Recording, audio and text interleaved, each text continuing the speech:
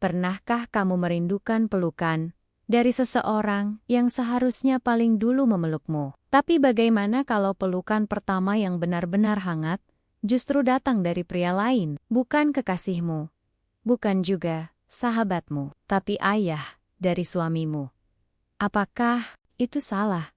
Jika pelukan itu membuatmu merasa hidup kembali, apakah cinta hanya tentang siapa yang pantas atau siapa yang hadir saat kamu rapuh? Kali ini, kamu akan dengar kisah yang tak biasa. Kisah tentang seorang menantu dan pelukan yang tak pernah ia dapat dari ayah kandungnya. Sebelum lanjut, jangan lupa untuk like, komen, dan subscribe, karena cerita seperti ini akan terus hadir, menyentuh sisi terdalam dirimu. Namaku adalah Rani. Aku anak pertama dari 3 bersaudara. Lahir dan tumbuh di sebuah rumah sederhana di pinggiran kota. Rumah itu tampak biasa dari luar. Tapi bagiku ia menyimpan sunyi yang menekan dada. Dari kecil, aku terbiasa hidup dalam suasana yang kaku dan penuh kehati-hatian. Bukan karena kami kekurangan. Tidak. Ayahku bekerja sebagai pegawai negeri. Ibuku seorang guru. Kami cukup secara materi, tapi sangat miskin dalam hal kasih sayang. Hubungan di keluarga kami lebih terasa seperti rekan kerja, bukan ikatan darah yang hangat dan memeluk.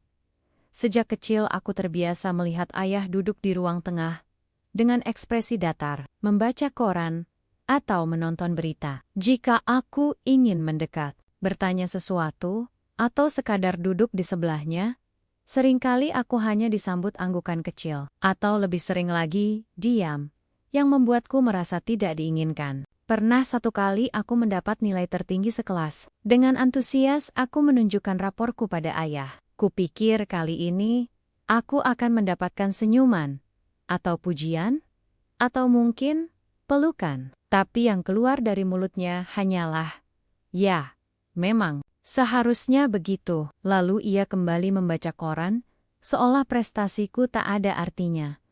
Aku tidak tahu sejak kapan aku berhenti berharap akan pelukan itu. Mungkin sejak aku mulai bisa membandingkan ayah teman-temanku dengan ayahku sendiri. Temanku Risa sering bercerita betapa ayahnya memeluknya sebelum tidur. Teman yang lain bercerita tentang betapa hangatnya dipangku ayah saat sakit. Aku hanya bisa tersenyum tipis setiap kali mereka bercerita, lalu menengadah ke langit malam saat sendiri dan diam-diam bertanya, apa salahku sampai tidak layak mendapat pelukan itu? Masa remaja hingga dewasa, kulewati dalam jarak emosional yang sama. Bahkan saat wisuda kuliah, aku hanya berjabat tangan dengan ayahku, tak ada pelukan, bangga, dan tak ada ucapan, aku bangga padamu. Aku pikir, mungkin memang ada orang yang diciptakan untuk tidak tahu rasanya dipeluk ayah, dan aku adalah salah satunya. Semua itu mulai berubah saat aku bertemu Raka. Dia adalah pria yang hangat dan penuh perhatian. Tapi, yang paling mengejutkanku, bukan hanya bagaimana dia memperlakukanku, tapi bagaimana dia memperlakukan keluarganya, terutama ayahnya. Dalam banyak percakapan kami, ia sering bercerita tentang ayahnya dengan penuh kebanggaan dan kasih sayang. Ayah tuh orangnya suka meluk. Aneh ya, katanya sambil tertawa suatu malam. Aku hanya tertawa kecil waktu itu, mencoba menutupi getir yang mendesak di dada. Lalu tibalah hari itu. Hari saat aku diajak ke rumah orang tua Raka untuk pertama kalinya. Aku mengenakan baju terbaikku, mematut-matut diri di depan kaca. Tapi jantungku berdetak kencang tanggandingan, dan perasaan tidak karuan memenuhi dada. Aku takut. Bukan takut tidak diterima, tapi aku takut harus berhadapan dengan sosok ayah lain. Bagaimana kalau ayah Raka seperti ayahku, kaku dingin dan jauh?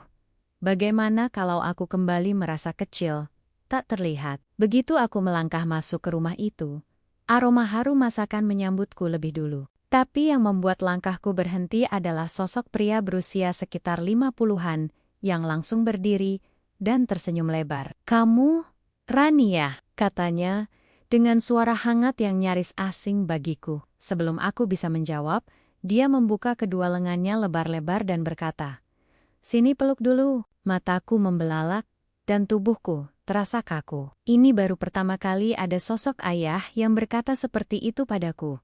Lalu aku menoleh ke arah Raka. Ia hanya mengangguk kecil sambil tersenyum. Seperti berkata, kamu aman, dan entah karena dorongan emosional, atau karena jiwaku yang memang sangat merindukan pelukan itu. Aku akhirnya melangkah mendekat, dan membiarkan diriku jatuh dalam pelukan ayahnya. Pelukan pertama dari sosok ayah, bukan ayah kandungku, tapi justru pelukan paling tulus yang pernah aku terima dalam hidupku. Pelukan itu berlangsung hanya beberapa detik, tapi bagi hatiku yang telah lama membatu, rasanya seperti bertemu matahari setelah bertahun-tahun hidup dalam bayang. Bahu ayah Raka yang kokoh dan hangat menenangkan, bukan mengancam. Tangannya menepuk punggungku pelan. Ritmenya lembut seperti ingin berkata, kamu nggak sendirian lagi. Aku berdiri mematung sesaat setelah pelukan itu selesai. Messi mencoba memahami sensasi aneh yang menjalar dari dadaku ke seluruh tubuh. Ada sesuatu yang nyaris menyakitkan dalam kehangatan itu. Seperti luka lama yang tiba-tiba diusap dengan sangat lembut. Raka menatapku penuh pengertian. Seolah tahu betul bahwa pelukan barusan bukan sekadar sapaan biasa bagiku. Bibirku terasa bergetar. Ingin tersenyum tapi tak sepenuhnya mampu. Sementara ayahnya sudah berbalik dan mempersilakan kami masuk, aku masih berdiri beberapa detik, mencoba mengatur napas yang tiba-tiba terasa berat. Begini rasanya dipeluk oleh seorang ayah. Pertanyaan itu terus berdengung dalam kepalaku, seperti gema yang tak kunjung reda. Di dalam rumah suasana terasa begitu berbeda dengan apa yang biasa aku alami. Ada tawa, ada kehangatan, dan yang paling mengejutkan, ada rasa diterima. Ayah Raka duduk berhadapan denganku di meja makan, tak henti-hentinya membuka percakapan. Kamu kerja di bidang apa, Rani? Tanyanya sambil menuangkan teh ke gelasku. Membuatku tertegun. Ayah kandungku bahkan tak pernah ingat di mana aku bekerja. Apalagi bertanya dengan mata yang menatap penuh perhatian seperti ini. Di sela obrolan ia kadang menepuk tangan Raka, atau bercanda ringan dengan istrinya. Rumah ini hidup tidak sunyi, tidak penuh ketegangan. Dan aku anehnya merasa nyaman. Pelan-pelan, aku mulai membuka diri. Bercerita sedikit tentang pekerjaanku, hobiku membaca, dan bagaimana aku dan Raka bertemu di kampus. Ayahnya pun mendengarkan dengan sungguh-sungguh, tidak sekadar mengangguk seperti formalitas, tapi benar-benar menyimak. Terkadang ia pun tertawa, terkadang berkomentar bijak. Bahkan, saat aku salah menyebut nama salah satu tokoh buku, ia tidak mengoreksi dengan dingin, melainkan bercanda. Wah, itu sih, bukan tokoh novel, tapi kayaknya tokoh mantan deh. Satu ruangan pun tertawa. Dan untuk pertama kalinya, sejak lama, aku juga ikut tertawa tanpa merasa diawasi.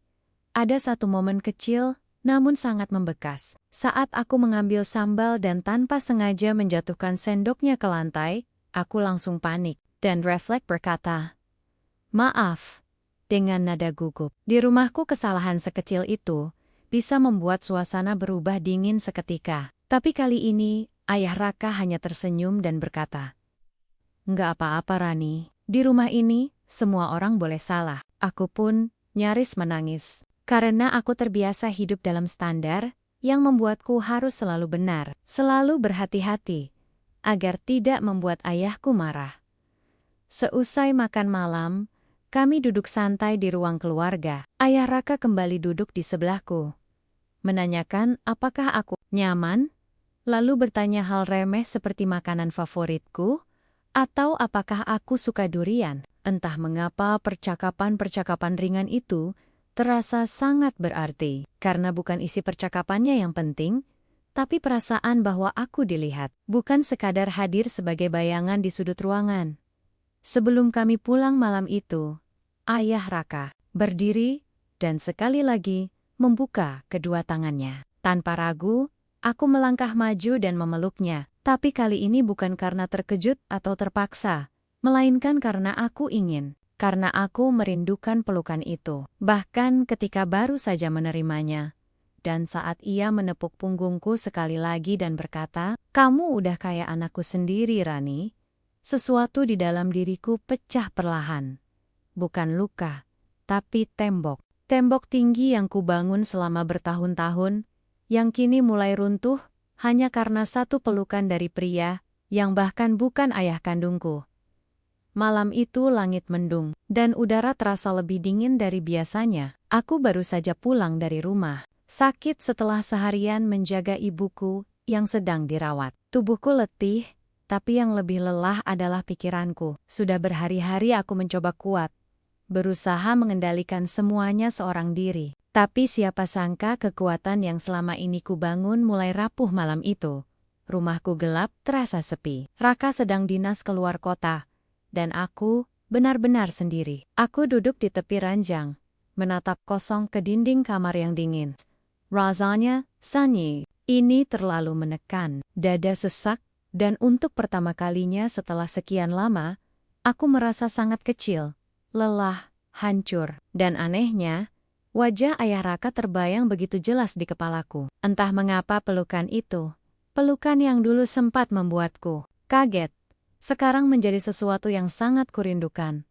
Bukan Raka, bukan ibuku, tapi dia. Aku tak berpikir panjang. Kupakai jaket tipis kusambar kunci mobil, dan tanpa banyak pertimbangan, aku menyetir ke rumah mertua. Waktu menunjukkan pukul 9 malam, sebuah waktu yang aneh untuk bertamu, tapi aku tak peduli. Yang ku tahu aku butuh tempat untuk merasa aman. Aku butuh seseorang yang bisa menahan retaknya diriku malam itu. Begitu aku mengetuk pintu, pintu itu terbuka tak lama kemudian. Ayah Raka berdiri di sana dengan wajah terkejut, namun segera berubah menjadi cemas, begitu melihat mataku yang sembab. "Rani, kamu kenapa nak?" tanyanya dengan pelan. Rani pun tak menjawab. Suara tercekat di tenggorokan. Yang kulakukan hanya satu. Melangkah masuk dan meraih tubuhnya. Memeluknya erat tanpa suara. Air mata mulai jatuh membasahi pundaknya. Dia tak bertanya macam-macam. Hanya diam dan memeluk balik dengan kedua lengannya yang besar dan hangat. Ada detak jantungnya yang kurasakan di dadaku. Ada aroma tubuhnya yang anehnya menenangkan. Dan bisikan lirihnya di telingaku. "Kamu capek ya? Udah sini aja dulu. Nangis nggak apa-apa." Tangannya mengusap rambutku. Jemarinya menyisir helai-helai yang kusut karena tangis. Aku memejamkan mata larut dalam keheningan yang justru terasa. Pailing Nyaman, kami duduk di sofa ruang tamu. Pelukannya perlahan terlepas, tapi tangannya masih menggenggam pergelangan tanganku. Erat, hangat, wajahnya pun begitu dekat. Matanya menatapku dengan dalam. "Kenapa kamu nggak bilang dari tadi kalau kamu butuh seseorang?" tanyanya dengan lembut. Aku pun hanya menggeleng. Aku takut terlihat lemah. Dia pun mengangguk pelan. Kemudian, tangannya berpindah ke pipiku, menyeka air mata yang masih menetes. "Kamu itu kuat, Rani. Tapi kamu juga manusia. Boleh kok lelah. Boleh banget merasa butuh." Sentuhannya tidak berlebihan. Tapi justru karena kelembutannya itulah yang membuat dadaku bergetar. Ada jeda panjang dalam percakapan kami, tapi bukan canggung. Justru jeda itu seperti ruang yang membiarkan kami saling membaca satu sama lain. Rasanya intim, sangat dekat, dan untuk sesaat dunia di luar rumah itu lenyap. Hanya ada aku dan dia, duduk berdekatan dengan napas yang seirama, dalam keheningan yang begitu personal. Aku sendiri bingung dengan perasaanku malam itu. Yang jelas, aku tidak ingin cepat-cepat beranjak. Ada rasa aman yang terlalu dalam, tapi juga perasaan aneh yang tak bisa kujelaskan. Aku tahu, ini ayah suamiku. Tapi entah kenapa pelukannya mengisi celah yang selama ini, bahkan Raka pun tak bisa. Bukan cinta yang salah, tapi mungkin bentuk kasih yang terlalu jarang aku temui, hingga terasa asing dan menggoda. Sebelum aku pamit pulang malam itu, dia memelukku sekali lagi. Lebih erat, lebih lama. Bahkan sempat kurasakan helaan napasnya di leherku. Berat dan hangat. "Kalau kamu butuh tempat pulang, kamu selalu bisa ke sini. Pelukanku nggak akan kemana-mana," bisiknya. Dan aku mengangguk pelan. Tak mampu berkata-kata. Tapi dalam hati, aku tahu, malam itu sesuatu telah berubah. Hari-hari setelah malam itu terasa berbeda. Entah karena aku memang sudah membuka ruang dalam hati untuk kehadirannya, atau karena ia memang begitu lembut menyusup masuk tanpa pernah memaksa. Yang jelas setiap pertemuan kami setelahnya terasa jauh lebih akrab, lebih hangat, lebih dari sekadar hubungan menantu dan mertua. Saat aku hamil anak pertama, semua emosi terasa campur aduk. Ada perubahan hormon, rasa takut menghadapi peran baru sebagai ibu, dan bayangan tentang bagaimana aku akan membesarkan anakku. Semuanya membuatku rawan rapuh. Raka memang selalu mendukung, tapi karena pekerjaannya yang menuntut sering bepergian, aku lebih sering sendirian di rumah. Dan di saat-saat seperti itu, sosok yang paling sering muncul untuk bertanya kabar dan memastikan aku baik-baik saja adalah ayah mertua. Dia sering menelepon tiba-tiba hanya untuk menanyakan apakah aku sudah makan atau apakah aku kesepian. Ia datang ke rumah membawa makanan kesukaanku atau sekadar duduk menemaniku di teras sambil minum teh. Dalam setiap kunjungannya, tak pernah absen satu hal, pelukannya. Pelukan itu kini sudah menjadi bahasa yang kuterima dengan penuh kesadaran. Tak lagi terasa asing, bahkan nyaris membuatku ketagihan. Karena di dalamnya, ada ketenangan yang tidak bisa kutemukan di tempat lain.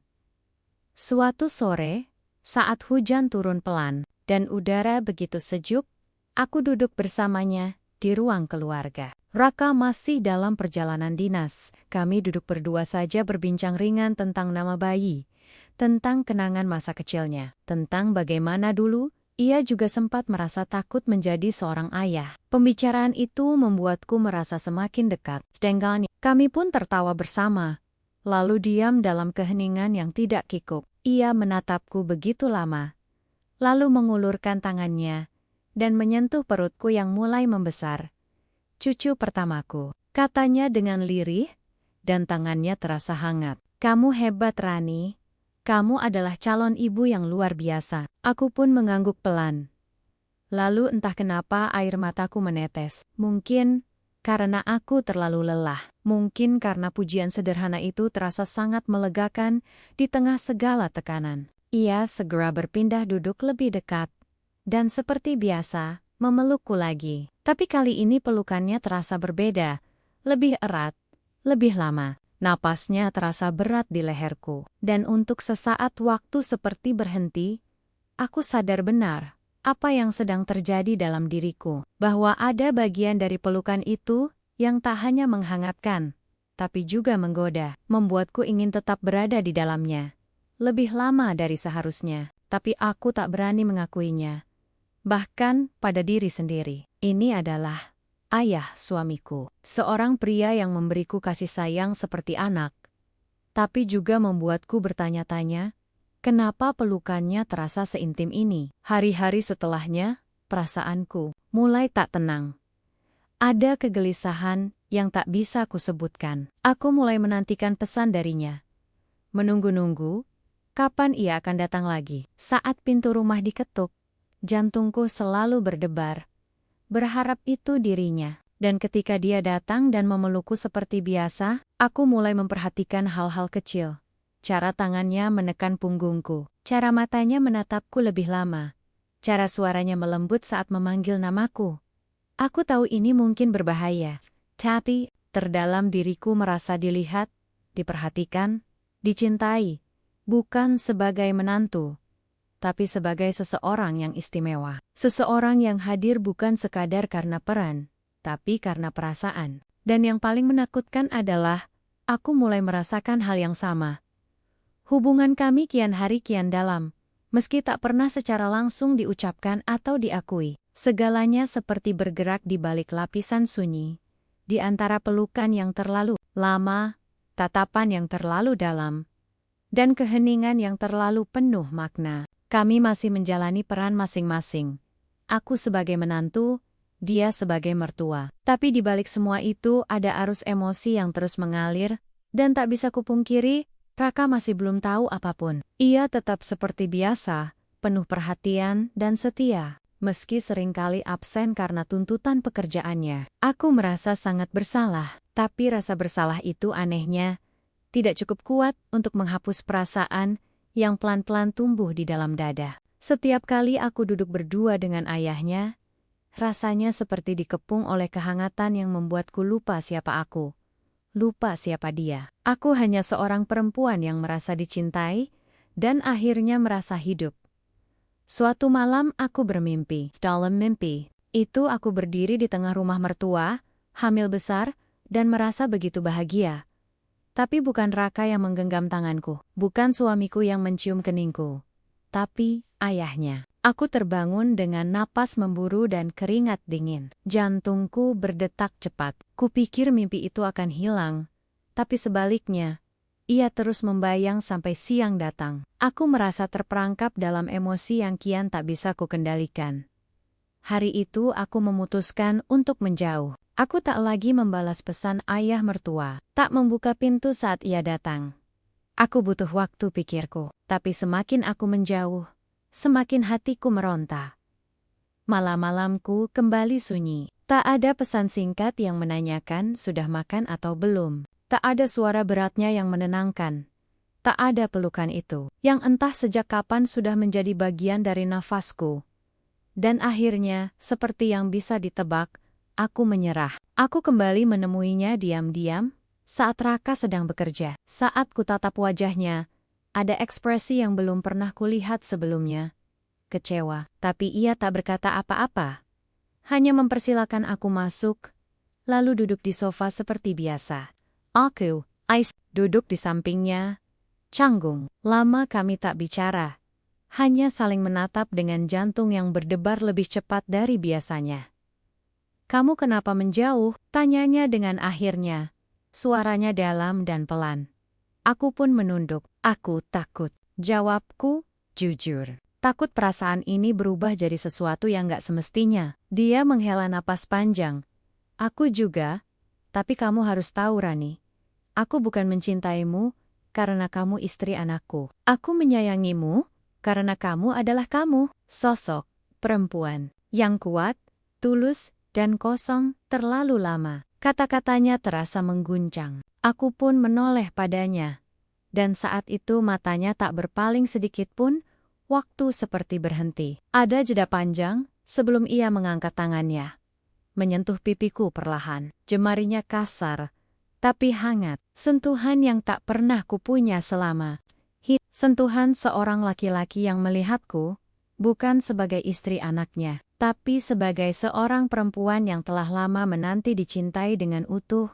Aku tahu batas itu semakin kabur. Tapi di saat itu, entah kenapa, aku tak ingin menarik diri. Yang ingin kulakukan hanya satu hal. Diam di sana membiarkan waktu membeku, dan menyelami rasa yang terlalu dalam, untuk disebut sekadar kasih mertua. Waktu tak bisa dibekukan.